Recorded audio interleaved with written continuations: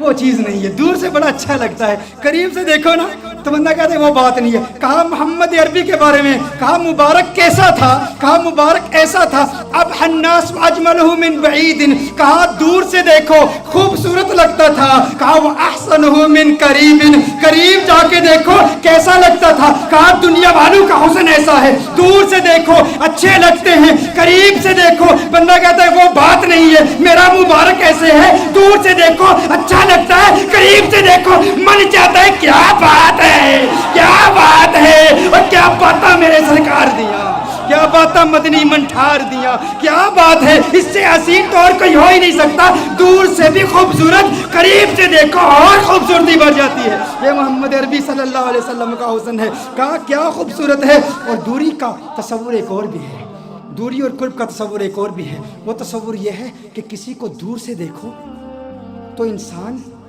کسی سے دور رہتا ہے نا, اس کے قریب نہیں ہوتا, تو انسان اس کی ریالٹیز کو نہیں جانتا. اس کے ساتھ وقت گزارے نا, تجارت کرے, سفر کرے, ٹریول کرے, دور دور رہے بندہ اچھا لگتا ہے, قریب آ جائے تو وہ بات نہیں ہوتی. میرا مبارک اتنا خوبصورت ہے, میرا مبارک اتنا پیارا ہے, جب تک دور رہو دیدار کی تمنا راتوں کو سونے نہیں دیتی, اور جب قریب ہو جاؤ جدائی کا خوف نیندیں حرام کر دیتا ہے. ارے کہیں جدا نہ ہو جاؤں, وہ اتنا پیارا ہے. دور سے دیکھو پیارا, قریب سے دیکھو اور پیارا اور خوبصورت ہے. ایسا حسن ہے میرے مبارک کا. اور پھر اس دوری اور قرب کا ایک, وہ میری تقریر یاد ہے نا آپ کو, جب میں نے رمضان کے بارے میں حکم بتایا تھا, وہ اسٹرانومی کی بحثیں بتائی تھی, بعد زمانی اور بعد مکانی, قرب زمانی اور قرب مکانی. ایک بعید وہ ہے جس نے حضور کا دور نہیں پایا, حضور کا زمانہ نہیں پایا, حضور کا وقت نہیں پایا, وہ دور ہے, یہ بھی دوری ہے. اور قرب کس کا, کس کو ملا؟ صحابہ کو ملا.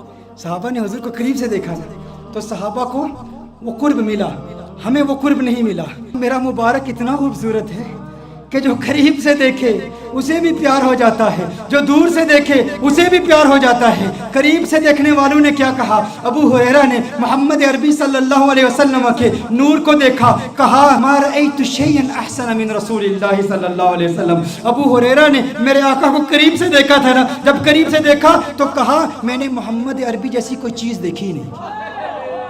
یہ نہیں کہا ما رأیت رجلا احسن من رسول اللہ صلی اللہ علیہ وسلم, یہ نہیں کہا ما رأیت انسانا احسن من رسول اللہ صلی اللہ علیہ وسلم, کہا میں نے کوئی ایسی چیز نہیں دیکھی جو حضور سے زیادہ خوبصورت ہو. یہ نہیں کہا کہ میں نے انسان نہیں دیکھا, کہیں نہیں کہا کہ میں نے مرد حضور سے زیادہ حسین نہیں دیکھا, کہا پوری دنیا میں جتنے بھی حسن دیکھے, سورج دیکھا مقابلہ نہیں کر سکتا, چاند دیکھا مقابلہ نہیں کر سکتا, کیونکہ چاندنی شرماتی ہے آقا کا دامن دیکھ کر, خلد للچا جائے گی طیبہ کا گلشن دیکھ کر, اور مسکرائے چاند ان کی ایڑیوں کو چوم کر, آ گرے کالی گتھا زلفوں کا ساون دیکھ کر. ارے جس نے آقا کو قریب سے دیکھا اس نے کہا کہ میں نے ان جیسا کسی کو دیکھا ہی نہیں. اور پھر جس نے 1400 سال بعد دیکھا اس نے کیا کہا, بک چند بدر شاشانی بت چمکے لاٹھ نورانی, کالی زلفت اک مستانی, مخمور کی مد بڑی.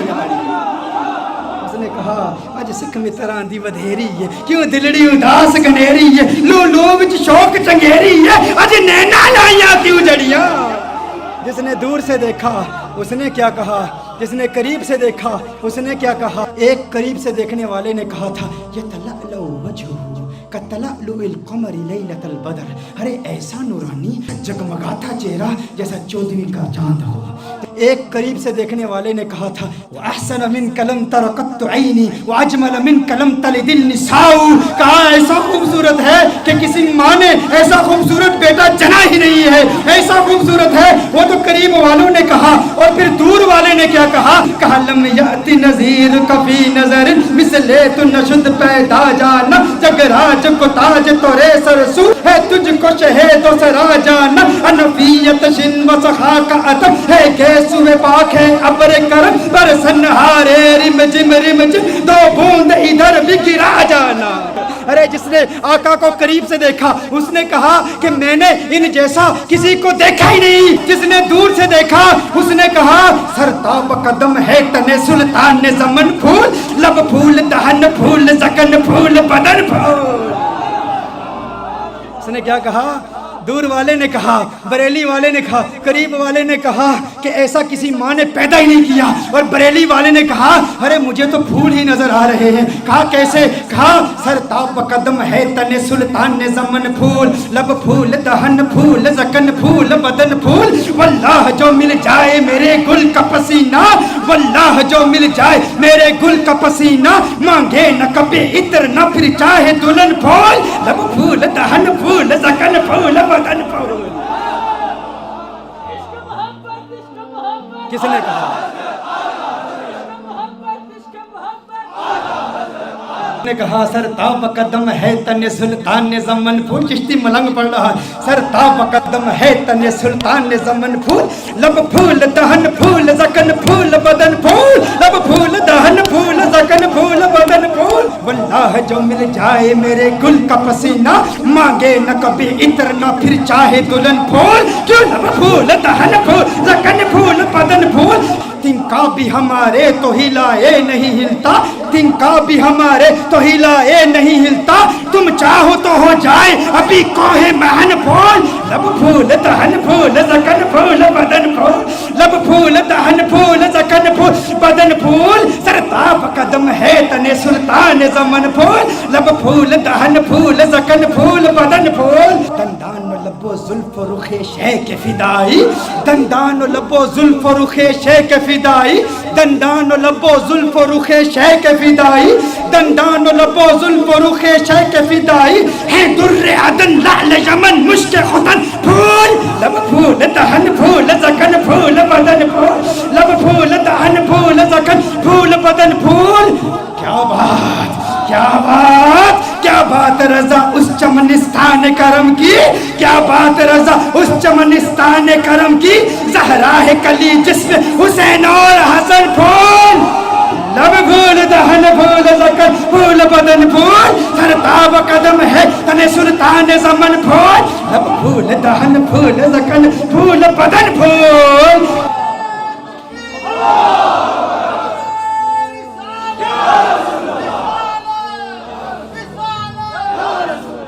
یہ حسن ہے، جو قریب سے دیکھے وہ کیا کہتا ہے، جو دور سے دیکھے وہ کیا کہتا ہے۔ مجھے لوگوں نے کہا بتاؤ حضور کا حسن کیسا ہے، یا ام بابت کا واقعہ بیان کر دوں۔ میرا تو ام بابت کا واقعہ اتنا لمبا ہو جاتا ہے، وہ اس لیے کیونکہ ہم صرف کتابوں سے نہیں دیکھتے، ہاں صرف کتابیں نہیں، کیوں؟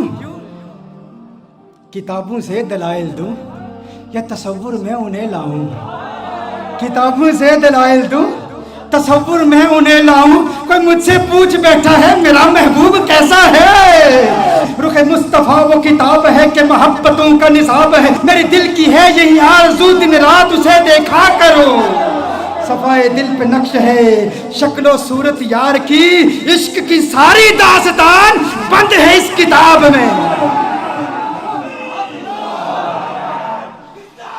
عشق کی ساری داستان،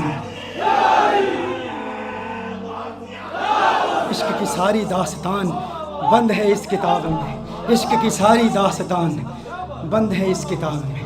اب ابو معبد حیران پریشان، اس نے کہا ایسا خوبصورت ہے، ابو معبد نے کہا جو اتنا خوبصورت، جو اتنا پیارا، ارے آئندہ کبھی وہ آئے نا تو مجھے فوراً بلا لینا، آج کے بعد میں کبھی بکریاں دور نہیں لے جاؤں گا، کبھی تقریر، یہ اتنی بڑی محرومی، اس سے بڑی اور محرومی کیا، اس میں بکریاں چرانے کے لیے چلا گیا اور مبارک آ کے چلا گیا۔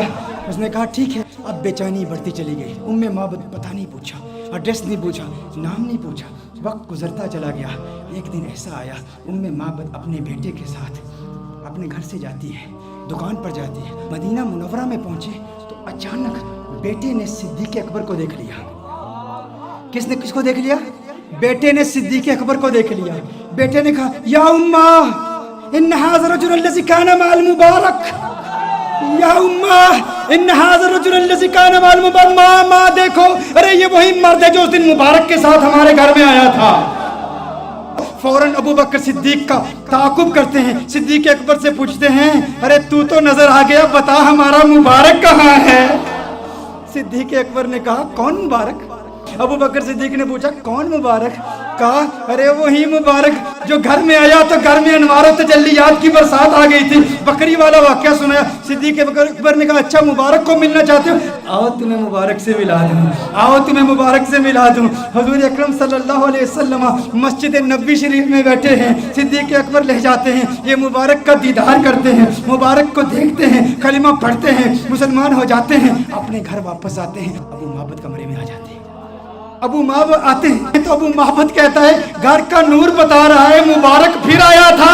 کہا آج مبارک نہیں آیا تھا، ہم مبارک بے باس ہو کر آئے ہیں۔ وہ مبارک ایسا ہے اسے مل کر آؤ تو گھر نورانی ہو جاتا ہے۔